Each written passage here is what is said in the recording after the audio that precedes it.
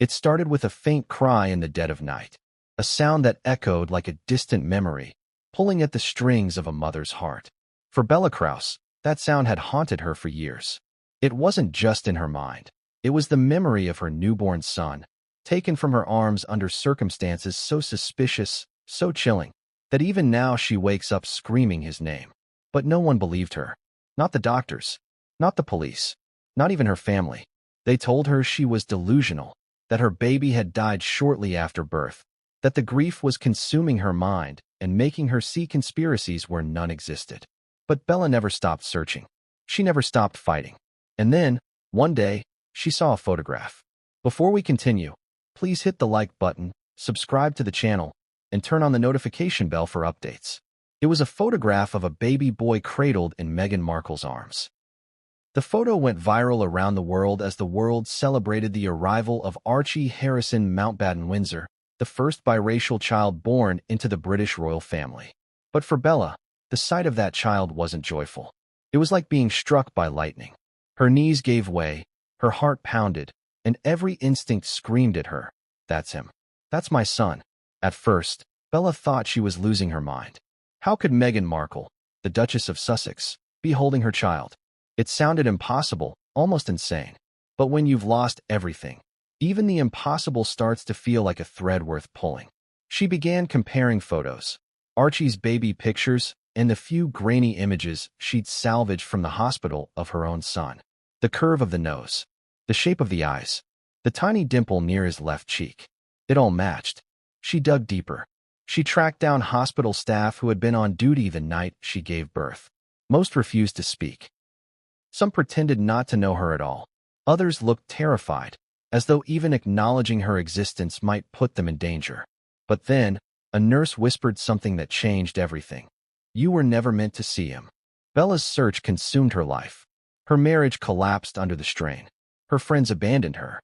Her parents urged her to move on and accept reality. But she refused to let go. And then, after years of dead ends, a miracle happened. A whistleblower, anonymous, fearful, but determined, reached out with something she had long prayed for: leaked DNA test results. The report was simple but devastating. It stated, in clear scientific terms, that the child known to the world as Archie bore no genetic relationship to Meghan Markle or Prince Harry. 0% match. No link whatsoever. Bella's hands trembled as she read the document. The paper felt heavy, as though it carried not just ink and words, but the weight of a mother's broken heart and a child's stolen life. The whistleblower claimed the test had been ordered secretly by a royal aide after concerns about Archie's parentage surfaced behind palace walls. But when the results came back, they were buried, sealed away, never meant to see the light of day. Until now, as this bombshell reverberates around the globe, questions are exploding like wildfire. Could it really be true? Did Meghan Markle steal another woman's child and present him as her own? Is the royal family complicit in a cover-up of historic proportions? Or is this the desperate delusion of a grieving mother clinging to false hope? Tonight, we dive into this tangled web of mystery, betrayal, and heartbreak. You'll hear Bella's story in her own words. You'll see the DNA documents for yourself. And you'll uncover the secrets that powerful people have fought to keep hidden for years. But be warned, what you're about to discover might change everything you thought you knew about the Sussexes, the royals, and the baby the world once celebrated. Because this isn't just a story about a missing child. This is a story about power, deception, and a mother's unbreakable bond. And as Bella Kraus herself says, her voice trembling but resolute, "If they think I'm going away quietly, they're wrong. That's my son, and I'll fight until my last breath to bring him home." The truth is out there, but will it set her free or destroy her? Bella Kraus had never sought the limelight. Her life, before the storm, was quiet and unremarkable, a modest existence in a small town where everyone knew each other by name. She worked as a children's librarian, her days spent reading fairy tales to wide-eyed toddlers and guiding teenagers through shelves of books. But behind her warm smile and gentle voice lay a grief so deep, so consuming, that it threatened to swallow her whole. The grief began on a night that should have been the happiest of her life. She was admitted to St. Mary's Hospital in London, heavily pregnant and full of hope. There had been complications during her pregnancy. Nothing too unusual, the doctors had assured her, but she was cautious. After all, this child wasn't just her firstborn. He was her miracle baby, conceived after years of heartbreaking miscarriages and fertility treatments. Her labor was long, excruciating. Hours blurred into each other. She remembers the sterile smell of antiseptic, the bright overhead lights, the soft murmur of voices just beyond her reach. And then, finally, a baby's cry pierced the air. The sound made her heart swell and her body sag in relief. He's here. He's alive. But in the haze of exhaustion, something strange happened. Her son was whisked away almost immediately. "We need to run some tests," a nurse said briskly. "There are some minor concerns." Bella was too weak to protest, her eyelids heavy, her body numb. She drifted in and out of consciousness, images and sounds colliding in her mind. Hushed voices, hurried footsteps, a door slamming shut. When she awoke hours later, the room was silent.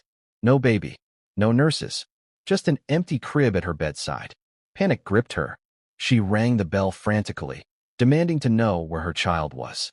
A doctor entered, his face carefully composed. "I'm so sorry, Ms. Kraus," he began. "There were unforeseen complications. Your baby didn't survive."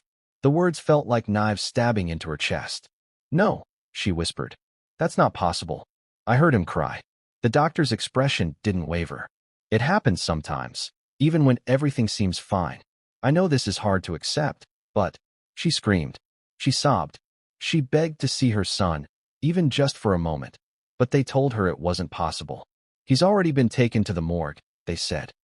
From that moment, Bella's life became a blur of grief and confusion. She was discharged from the hospital days later, clutching only an empty blanket they said had swaddled her son. But in her heart, something didn't feel right. At first, she tried to silence the doubts. Maybe she really was in shock, her mind conjuring memories that didn't exist. But as the weeks passed, fragments of that night returned to her. She remembered hearing a baby's cry hours after she'd been told he was gone. She recalled seeing a nurse whisper urgently to a man in a suit in the hallway. And she couldn't shake the image of a clipboard she glimpsed as she was wheeled to recovery. On it, the name Baby Boy Kraus had been hastily crossed out. Her questions were met with stone walls. The hospital cited privacy policies when she requested her records.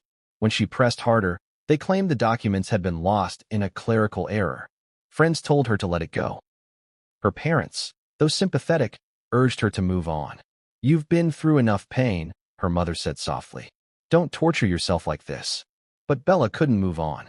She began researching cases of babies stolen from hospitals, reading about black market adoptions and child trafficking rings. Most of what she found was horrifying and disturbingly similar to her own experience.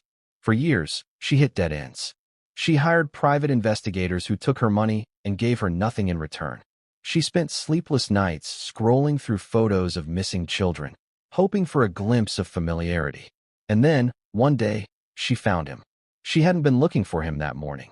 The television was on in the background as she sipped her coffee, the news anchor cheerfully announcing, "A royal baby has arrived." Meghan Markle and Prince Harry introduced their newborn son, Archie Harrison Mountbatten-Windsor, to the world. Bella glanced at the screen and froze. It was the eyes.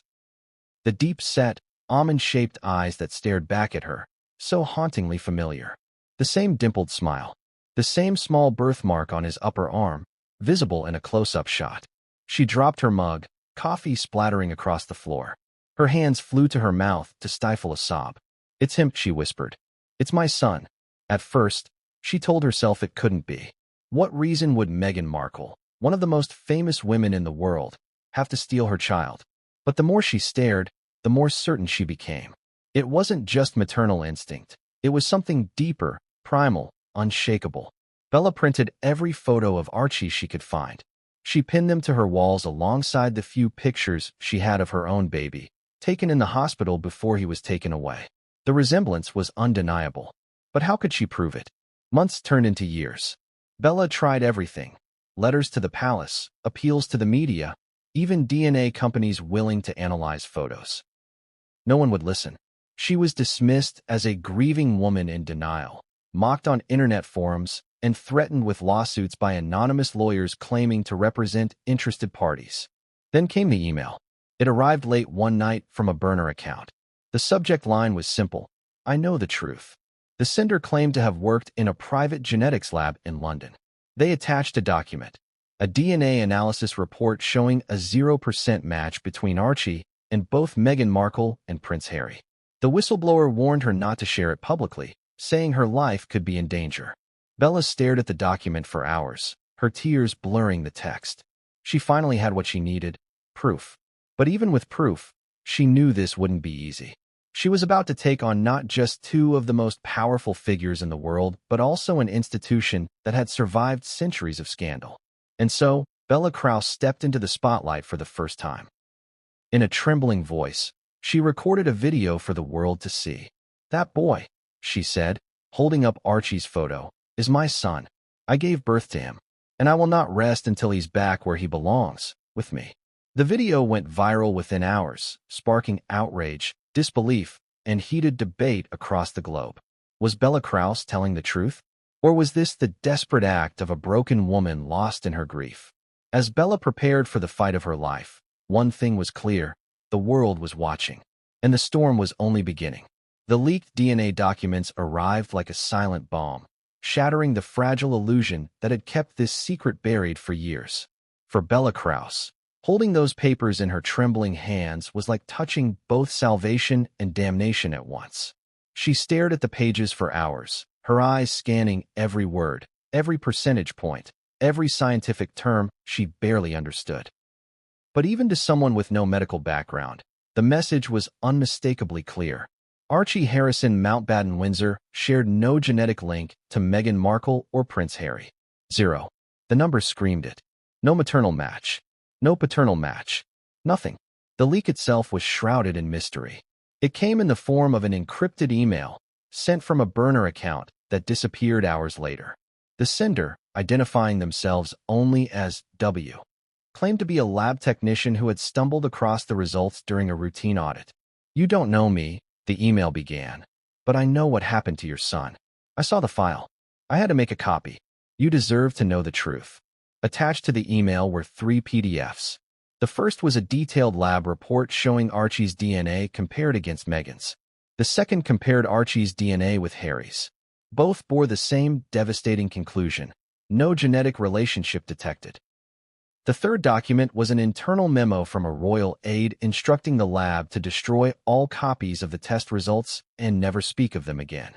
Bella's heart pounded in her chest as she read and reread the words. She felt sick, exhilarated, terrified all at once. For years, people had called her mad. They told her she was imagining things, seeing connections that weren't there. Even her own family had begged her to let go, to stop torturing herself. But now she held in her hands the proof that everything she had feared was real. But with the proof came new questions. Why had the DNA test been ordered in the first place? Was Harry himself suspicious of Archie's parentage? Or had someone within the royal institution launched their own quiet investigation, only to bury the results when the truth threatened to erupt? Bella reached out to W, desperate for more information. Her reply bounced back. The email account no longer existed. Whoever W was, they had vanished, leaving Bella with only the documents and a sense of mounting danger. As the news of the leak spread, the world seemed to split into two warring camps. On one side were those who believed Bella without question. They saw her as a tragic heroine, a mother wronged by forces more powerful than she could fight alone. The DNA doesn't lie. They wrote on social media, sharing screenshots of the reports and demanding accountability. On the other side were the skeptics and defenders of Meghan and Harry. They dismissed the documents as forgeries, calling Bella an opportunist, a woman consumed by grief and delusion. "This is just another smear campaign against Meghan," one prominent commentator argued on live television. "We've seen it before: racism, misogyny, and jealousy all rolled into one." But even as the arguments raged, cracks began to form in the walls surrounding the Sussexes. Journalists who had long supported Meghan's narrative started asking uncomfortable questions. Why had there been so much secrecy surrounding Archie's birth? Why were there no hospital photos, no birth certificate released until weeks later? And why did staff at Portland Hospital, where Archie was reportedly born, refuse to confirm or deny even the most basic details? One particularly damning revelation came from a former palace aide, speaking anonymously to a tabloid. There was always something strange about the way Archie's birth was handled. The palace wanted total control over the narrative. And then, one day, we heard whispers about a test, about results that didn't add up. But everything was shut down before we could ask questions. For Bella, these whispers were like oxygen to a drowning woman. But they also brought a gnawing fear. If the Sussexes and the palace had gone to such lengths to bury the truth once, what would they do now that it had surfaced? Friends urged her to stay quiet, to think of her safety. "You're poking a very dangerous bear, Bella," one warned. "These people have power beyond anything you can imagine. They'll destroy you if you get in their way." But Bella had come too far to turn back. She had already lost everything: her son, her marriage, her peace of mind. There was nothing left for them to take. Determined, she decided to release the documents herself. She posted them on her social media accounts with a simple, searing caption: "The truth will not stay buried. This is my son." The response was immediate and explosive. The post went viral within minutes, garnering millions of views and shares across platforms. News outlets around the world picked up the story, splashing Bella's name and the DNA reports across their front pages.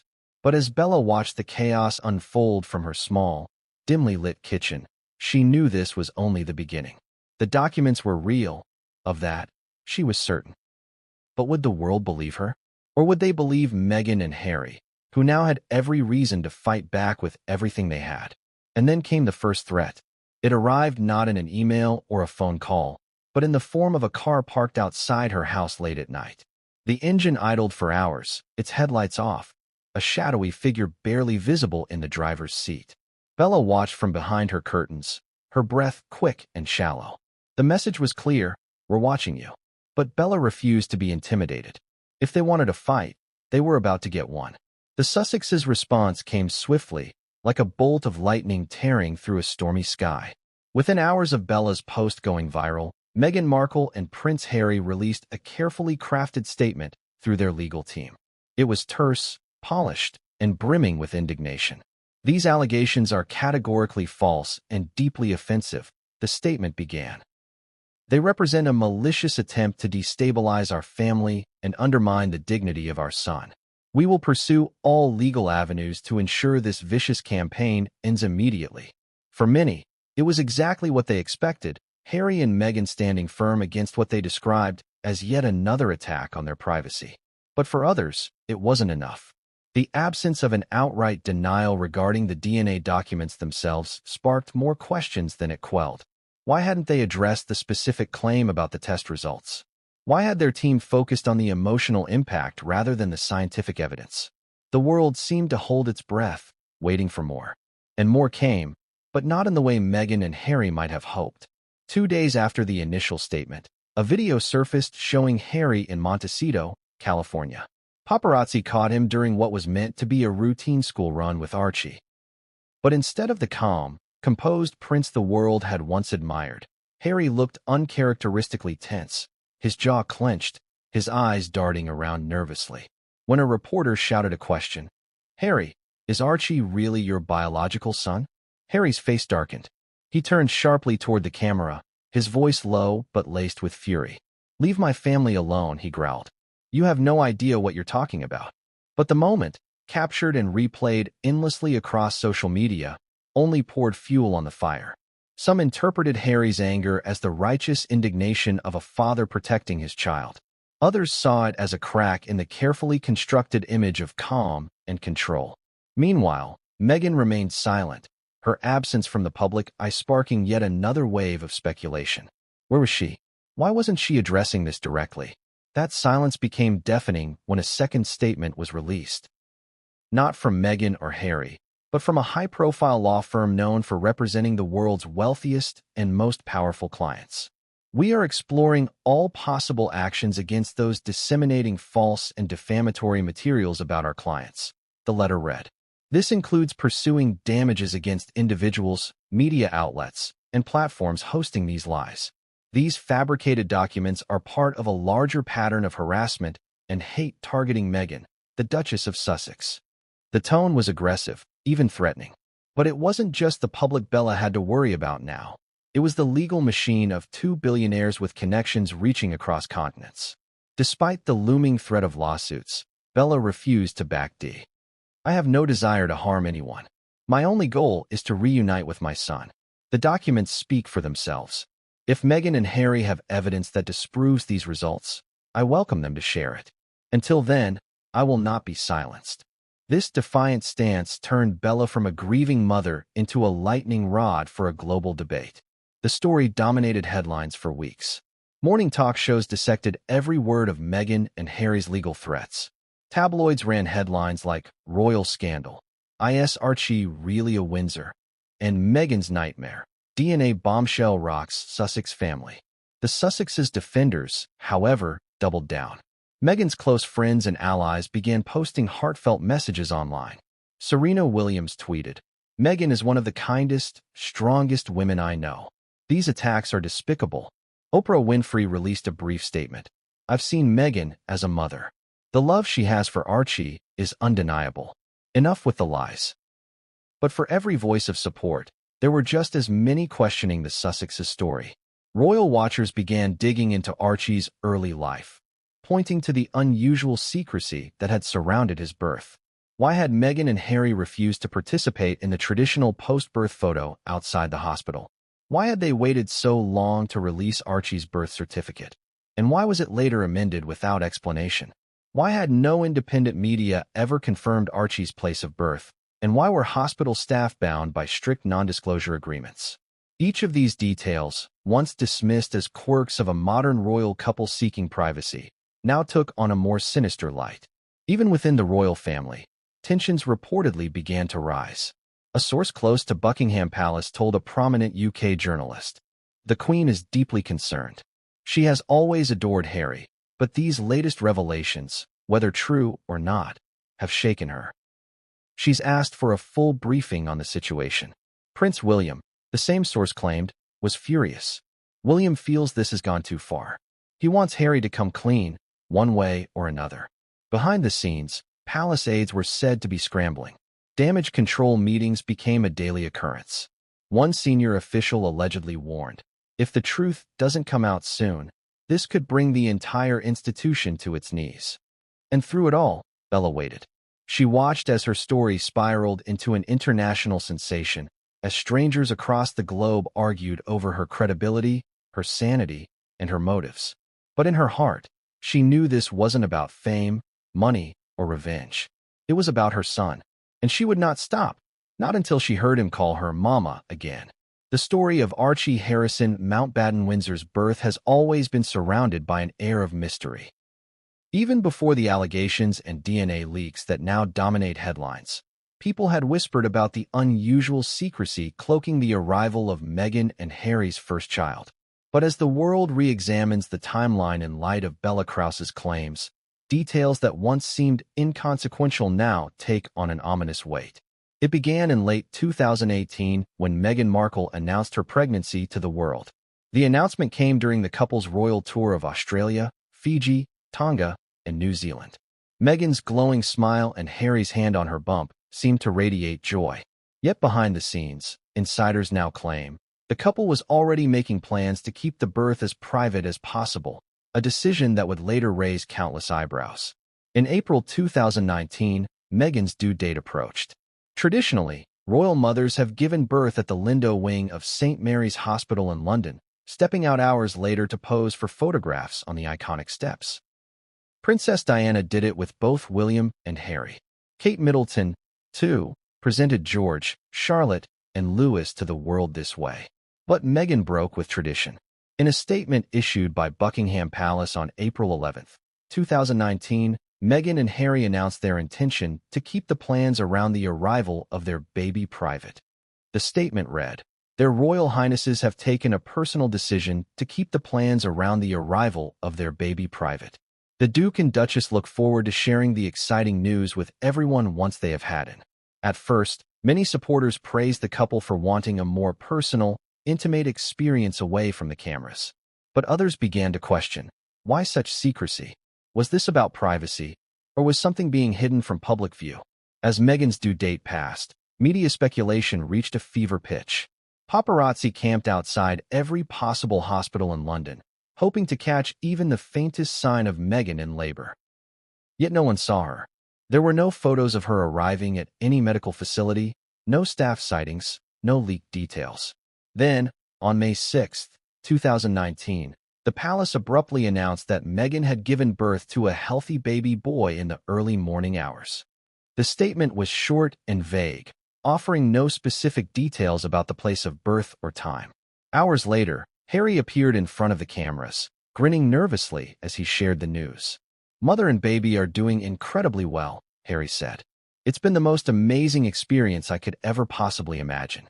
How any woman does what they do is beyond comprehension." Yet Harry didn't mention where Meghan had given birth, nor did he provide a time.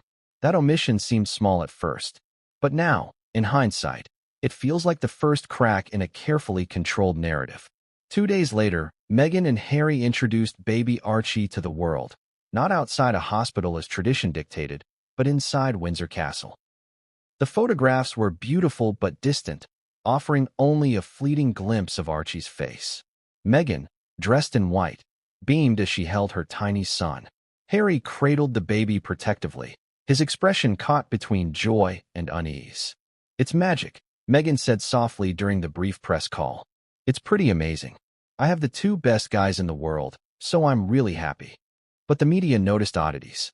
The reporters weren't allowed to ask questions directly. The palace provided no access to the midwives or doctors who had attended the birth. And then came an even bigger surprise: the birth certificate. When the certificate was finally released on May 17, 2019, more than 10 days after Archie's birth, it listed Portland Hospital in London as the place of birth. But there was no explanation for why Meghan hadn't been seen entering or leaving the facility, despite intense press surveillance. Portland Hospital staff refused to comment, citing patient confidentiality. Then, months later, an amendment was quietly made to Archie's birth certificate. Meghan's first names, Rachel Meghan, were removed and replaced with Her Royal Highness the Duchess of Sussex. The change sparked fresh waves of speculation. Was it a clerical error, as the palace insisted, or something more deliberate? For Bella Kraus, these inconsistencies felt like validation. "It makes sense now," she said in an interview. "They had to keep everything under wraps because Archie isn't their biological child. They didn't want anyone looking too closely. They knew people would notice he doesn't look like them." Bella pointed out details she had fixated on for years. Archie's hair texture, the shape of his nose, even the way his eyes crinkled when he smiled. To Bella, these were not coincidences. They were echoes of her own baby, the one taken from her arms in the hospital and never returned. But defenders of the Sussexes offered counterarguments. Genetics, they said, could explain Archie's unique features. As for the secrecy, Meghan had been under unprecedented scrutiny from the press. It was only natural she would want to shield her child from that toxic environment. Still, the timeline left room for uncomfortable questions. If Archie's birth was as straightforward as the palace claimed, why the air of mystery? Why the tight control over information? And why had no nurse, doctor, or hospital staff member ever spoken publicly about assisting in the delivery of one of the most famous babies in the world? Whistleblowers began to emerge. One anonymous former staff member at Portland Hospital told a tabloid, "We were all made to sign strict NDAs. We weren't allowed to confirm or deny anything. It felt odd, like there was something bigger going on that we weren't being told about." Another hospital employee, now retired, hinted at VIP patients being given unusual levels of protection. There were entire floors locked down. Security everywhere. Even some of us staff couldn't get access. For the public, these accounts were like kerosene poured onto an already raging fire. Some saw the secrecy as a sign that Meghan had, in fact, given birth to Archie, but wanted to avoid the spectacle forced upon royal mothers before her. Others began to believe Bella's story, that the secrecy had been about hiding the truth of Archie's origins.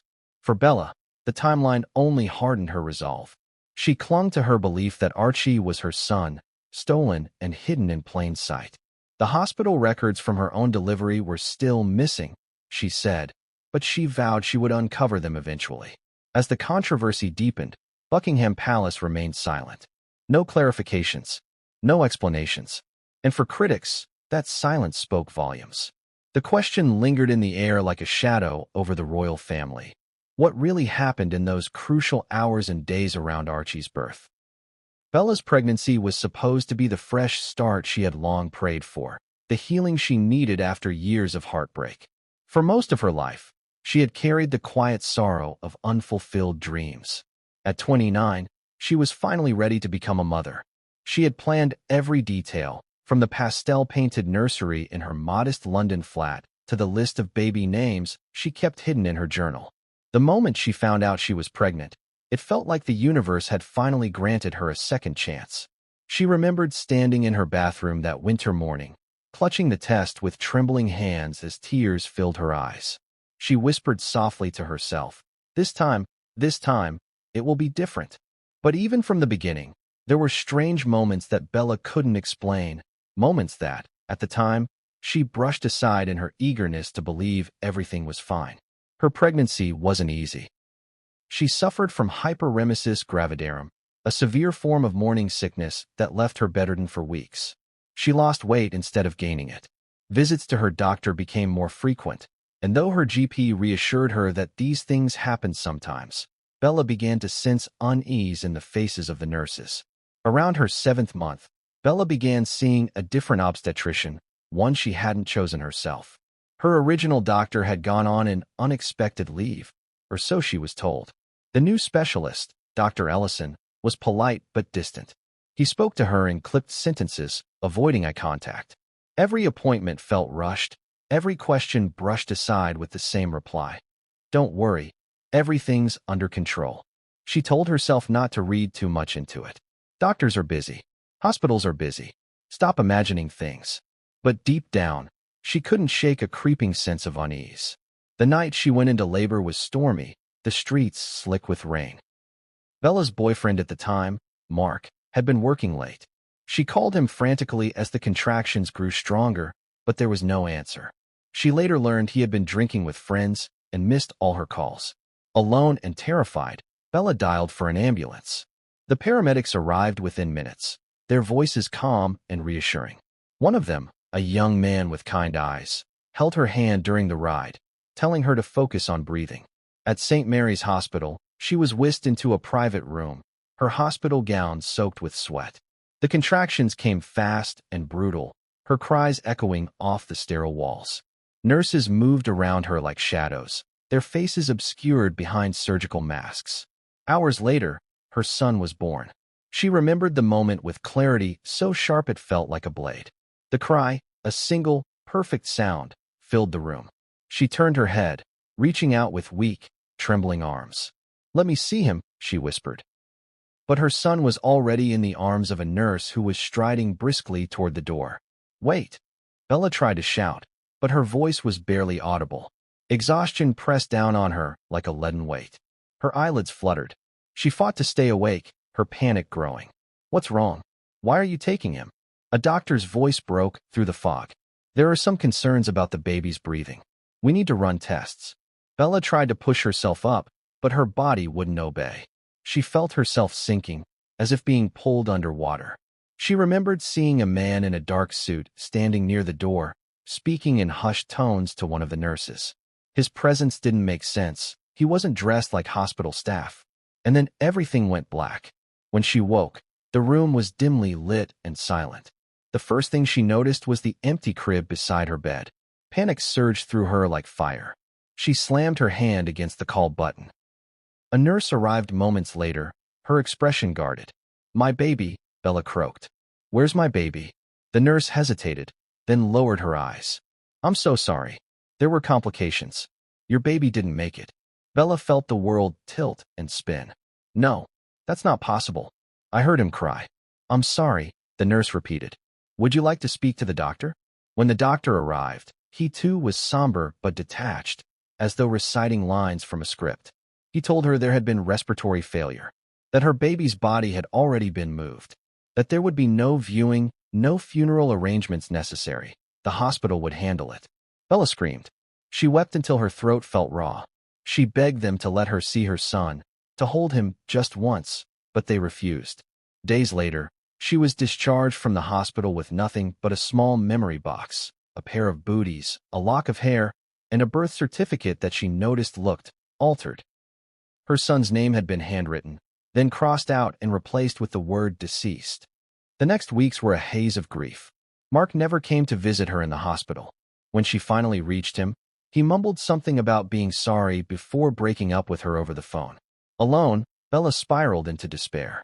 But as time passed, the details of that night began to gnaw at her. The sudden change of doctors. The man in the suit. The nurse's strange, almost fearful expression. She requested her medical records, but was told they had been misplaced. When she pressed harder, hospital administrators accused her of harassment and threatened legal action if she continued. It wasn't until 2 years later, when she saw Archie on the television screen, that all the puzzle pieces slammed into place. The eyes, the smile, the birthmark near his shoulder, the one she had seen on her own baby in the brief seconds before he was taken away. It's him, she whispered to herself. It has to be him. From that moment, Bella's life became a mission. She began digging, searching, connecting dots others dismissed as coincidence. Her friends called her obsessed. Her parents begged her to let go. But how could a mother let go of her child? As Bella's claims ignited a media firestorm, experts from around the world began weighing in. The controversy had already gripped millions, but now it entered a new phase, one where science, psychology, and law collided with emotion, grief, and the shadowy influence of power. At first, the voices dominating the conversation were divided between skepticism and cautious curiosity. To skeptics, Bella Kraus was a grieving mother, caught in a labyrinth of delusion created by loss and trauma. But to others, her calm insistence and the DNA documents she had presented seemed too precise to dismiss. The first to step into the fray was Dr. Miriam Patel, a renowned geneticist with over 2 decades of experience in DNA analysis. Interviewed on a late-night news program, she leaned forward in her chair, her expression serious as the host held up a copy of Bella's leaked report. If these documents are genuine, Dr. Patel began, they're deeply concerning. The methodology described in the report appears to follow standard genetic testing protocols. The markers tested are the same ones we use to establish parentage with over 99% accuracy. A 0% match between the child and both purported parents isn't a clerical error, it's definitive. The host pressed her. Could these results be fabricated? Dr. Patel hesitated. Anything is possible in the digital age. A determined individual with enough resources could forge documents. But that would require extraordinary skill and insider knowledge. I'd want to see the raw data files before drawing conclusions. Bella, watching this interview from her small London flat, felt both hope and frustration. She had begged the whistleblower for the raw data, but they'd warned her it was too dangerous to send. Still, hearing a respected scientist say the results could be real strengthened her resolve. Not everyone was as open-minded. Dr. Frederick Lang, a forensic pathologist frequently used by high-profile defense attorneys, took a different view. Appearing on a competing news network, he smirked dismissively. We're talking about a woman in grief. I've seen this pattern before. People cling to the idea their loved one is still alive, often conjuring elaborate conspiracies to fill the void. These are textbook symptoms of complicated grief disorder. But then, almost as if in direct rebuttal, a child psychologist offered a more nuanced perspective. Bella's behavior doesn't fit neatly into delusion, said Dr. Eleanor Green, speaking from her private practice in New York. Yes, she's experienced trauma, but trauma doesn't negate the possibility of truth. Mothers often possess an uncanny instinct about their children. It's been documented in dozens of cases where separated parents later identified their own child against impossible odds. If she believes this strongly, we shouldn't dismiss her outright. Meanwhile, experts on royal protocol added their own layers of intrigue. Lord Gerald Ashcroft, a former palace advisor turned author, told a podcast audience, I worked in the royal household for decades, and I can tell you, the level of secrecy surrounding Archie's birth was unprecedented. That's not speculation. That's fact. Meghan and Harry may have had perfectly valid reasons, but if there was even a whiff of scandal, say, a surrogate or adoption, they would have gone to great lengths to conceal it. The word surrogacy sent shockwaves through the public discourse. Was it possible Meghan and Harry had used a surrogate and passed the child off as their own? If so, why not simply announce it? But others rejected that theory outright, citing Meghan's heavily photographed pregnancy. Still, amateur sleuths online began analyzing those photos frame by frame. One viral video claimed Meghan's baby bump appeared to shift unnaturally in a clip from her Australian tour, fueling speculation about a prosthetic belly. This isn't uncommon in conspiracy circles, said Dr. Leif Gunnarsson, a sociologist studying internet phenomena. People love to believe theirs. Yet even Gunnarsson acknowledged that Bella's case felt different. Most conspiracy theories lack a central figure willing to step into the light, he explained. Bella isn't anonymous. She's not hiding behind a screen name. She's put her face, her name, and her reputation on the line. That changes things. Law enforcement experts also chimed in, pointing out troubling holes in Bella's hospital records. Former Scotland Yard detective Ian Calderwood reviewed what little documentation Bella had managed to obtain. Her file is unusually sparse, Calderwood noted in an interview. There are no discharge papers, no infant death certificate, and key entries appear to have been overwritten. That's highly irregular. If this happened under my watch, I'd open an inquiry immediately. But the most explosive claims came from whistleblowers speaking under the condition of anonymity. One claimed to have worked at St. Mary's Hospital the night Bella gave birth. There was something odd about her case, the whistleblower said. A VIP guest arrived that night, and all hands were on deck. There was talk of a baby being transferred out under unusual circumstances. I can't say more without risking my job, or worse. For Bella, these fragments of corroboration were lifelines in a storm.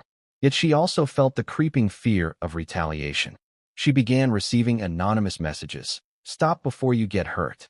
One email, sent from an encrypted account, chilled her to the bone. You think you're protecting your son, but you're putting him in danger. Walk away before it's too late. Bella forwarded the messages to her lawyer, who advised her to increase her security. But she refused to back down. If they're threatening me, she said in a tearful interview, it means I'm getting close to the truth. And I won't stop. Not until Archie knows who he really is. Meanwhile, experts debated what would happen if Bella's claims were proven true. Family law attorney Samantha Dawes explained, if DNA proves Archie isn't Meghan's or Harry's biological child, it opens a legal and ethical nightmare. Custody battles, diplomatic tensions, questions about citizenship and succession. The implications are staggering. For the British monarchy, already battered by scandal in recent years, the stakes couldn't be higher. Make no mistake, said Lord Ashcroft. If Bella's claims are true, this could bring the House of Windsor to its knees. But in living rooms and offices across the globe, ordinary people asked the same, simple question. Is it true? And if so, what comes next? The whispers of a royal cover-up began as a trickle, barely audible in the din of global speculation. But within days they swelled into a deafening roar. For years, the British monarchy had been no stranger to controversy. Yet nothing in living memory had prepared them for this. At first, Buckingham Palace attempted its usual strategy, silence. No statements, no clarifications, no acknowledgement of Bella Kraus or her staggering claims. It was as if they believed that by refusing to engage, the storm might pass. But this time was different. This wasn't just idle gossip in a tabloid. This was a grieving mother, armed with documents and determination, pulling at threads that could unravel centuries of royal secrecy. Behind the walls of the palace, aides were reportedly scrambling. A senior royal insider, who spoke under the strictest condition of anonymity, painted a picture of chaos. The mood inside is pure panic, they said. This isn't just about Harry and Meghan anymore. This has the potential to tarnish the entire family. There are questions about who knew what and when. If these DNA results are authentic, it suggests there were people at the highest levels who helped bury the truth. For Bella, the idea of a royal cover-up felt as terrifying as it did validating. She had long suspected that powerful figures were involved in the disappearance of her child. But now, as journalists began uncovering fragments of evidence, her suspicions seemed to take on substance. One explosive revelation came from leaked internal emails between palace aides, obtained by an investigative journalist, and shared in a bombshell report. In one email dated March 2019, just weeks before Archie's birth, a senior aide wrote, "The matter of parentage must remain strictly confidential. Under no circumstances can this information become public.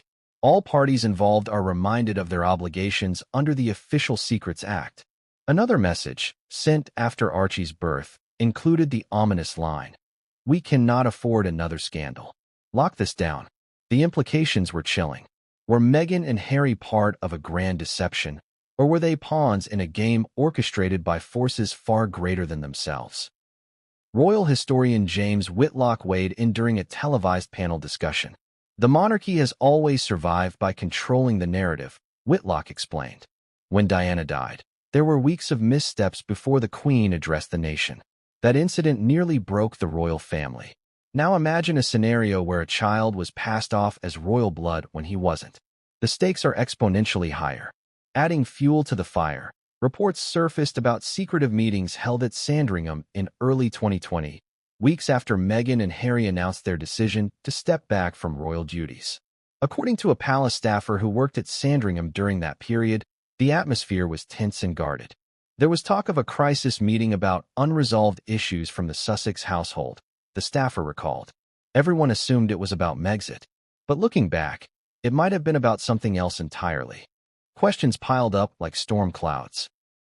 Why had Meghan and Harry been so adamant about leaving royal life behind? Was it really about media harassment, as they claimed, or had they been running from a secret too dangerous to stay and face? Bella's supporters were quick to draw connections. They knew the truth was about to come out. One social media user posted in a thread that went viral. That's why they fled to Canada, then California. They wanted distance, and maybe even legal protections, to keep Archie with them no matter what. Others speculated about the Queen's role. Was she complicit, or had the deception been hidden even from her? One particularly stunning rumor suggested that the Queen herself had ordered a private investigation into Archie's parentage after noticing the boy bore little resemblance to either Meghan or Harry. The palace, of course, refused to comment. Meanwhile, journalists digging into Bella's case uncovered more peculiarities at St. Mary's Hospital. Several nurses and doctors present during her labor had since left the country, some under strange circumstances. One nurse moved to Australia abruptly, another retired early and refused interviews. Attempts to obtain employment records were stonewalled by the hospital, citing data protection laws. The deeper reporters probed, the more they were met with silence or resistance. "It's like hitting a brick wall at every turn," said an investigative journalist covering the story. "Someone very powerful doesn't want the truth out."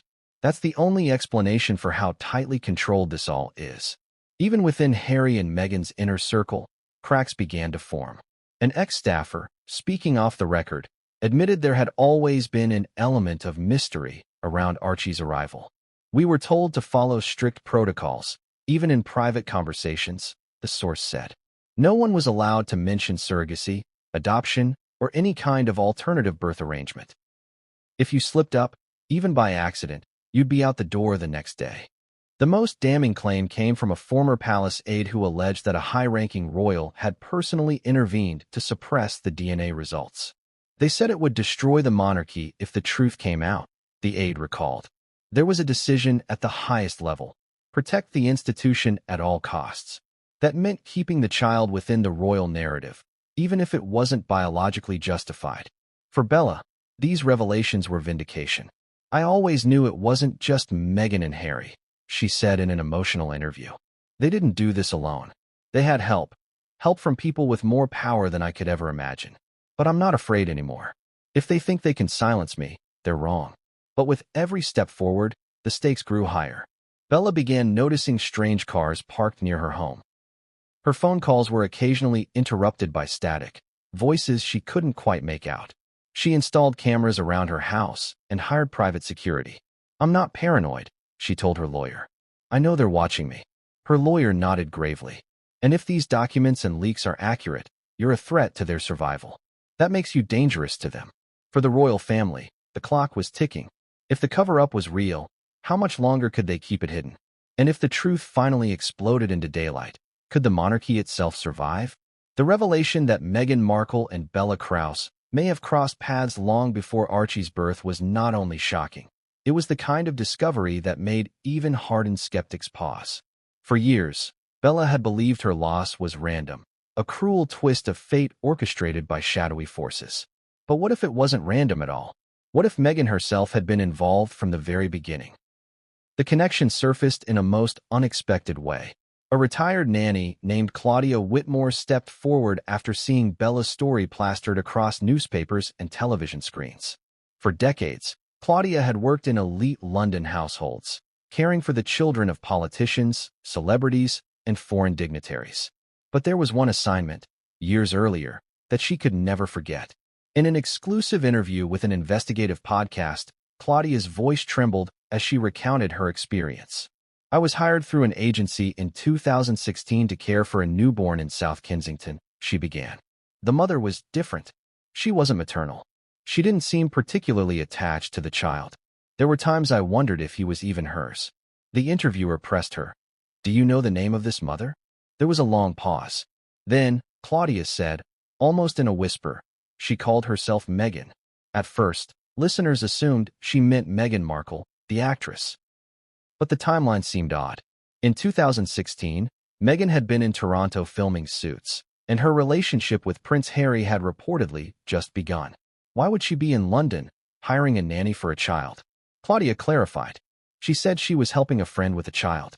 But there was something about the whole situation that didn't sit right. The baby wasn't there all the time. Sometimes he'd disappear for days, and when he returned, he seemed unsettled, as if he'd been somewhere else entirely. Bella, hearing the podcast for the first time, felt chills run down her spine. Could this have been her son?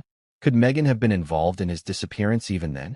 Determined to uncover more, Bella's legal team traced Claudia's former agency. Though the business had since closed, old records revealed a contract signed under the name M. Markle for childcare services between March and June of 2016. But the trail didn't end there. Further investigation revealed Meghan had made frequent, undocumented trips to London in 2016, more than previously reported. While publicly her relationship with Harry was kept under wraps, private flight logs obtained by an anonymous source suggested she had flown into Heathrow at least 4 times that year, often for brief stays. One trip stood out in particular. In May 2016, Meghan reportedly stayed in a South Kensington apartment owned by a wealthy friend. Around the same time, Bella, then 7 months pregnant, attended prenatal appointments at a clinic less than 2 miles away. The proximity was uncanny. It's possible they never met, Bella's lawyer admitted cautiously. But it's also possible their lives intersected in ways we don't fully understand yet. Adding to the intrigue, an old photo surfaced online, posted years earlier by a mutual acquaintance of Bella and Meghan. The image, taken at a charity event in London in 2015, showed Meghan smiling for the camera. In the background, barely noticeable, was Bella, pregnant, chatting with a small group. At the time, neither woman had any reason to remember the other. But now, in light of Bella's claims, the photo became an internet sensation. Was this the moment Meghan saw Bella's baby bump? One viral post speculated. Did this spark the plot to steal her child? Mainstream journalists dismissed the idea as wild conjecture, but conspiracy theorists pounced. Threads exploded across Reddit and Twitter, with users mapping timelines, locations, and potential witnesses. Meanwhile, Bella's supporters saw a disturbing pattern in Meghan's past. They pointed to Meghan's early years in Hollywood, where she allegedly cultivated relationships with wealthy men and powerful figures. Could she have encountered individuals involved in underground surrogacy rings or illicit adoptions? One name kept surfacing, Marcus V. A British financier with rumored ties to Meghan and a known history of questionable family planning ventures in Eastern Europe. In a 2017 interview, Marcus hinted at helping a close friend navigate a complex legal process to secure a child. He never named the friend, but some now speculated he had been referring to Meghan. Bella, exhausted but resolute, addressed the mounting theories in a press conference. "I'm not here to speculate on Meghan's past," she said. "But if she and I crossed paths, and if that encounter led to the theft of my child, I will uncover it. I will hold everyone involved accountable. The press asked if she believed Meghan personally orchestrated the theft. Bella's response was chilling in its calmness. I believe Meghan is the key. Whether she acted alone or with others, she knows the truth. And I want her to look me in the eye and say she doesn't. As the story gained momentum, Meghan remained silent. Her lawyers, however, weren't. In a fiery statement, they called the claims outrageous and defamatory, threatening to sue anyone repeating them. But even this aggressive posture couldn't stem the tide. The public wanted answers. What was Meghan really doing in London in 2016? Did she know Bella then? And if she did, what else was she hiding? For Bella, the discovery of these possible connections was both vindication and fuel for her fight. But it also painted a terrifying picture. If Meghan had been involved from the start, the theft of her child wasn't an accident. It was a plan, a deliberate, cold-blooded plan that had changed the course of Bella's life, and perhaps the future of the British monarchy, forever.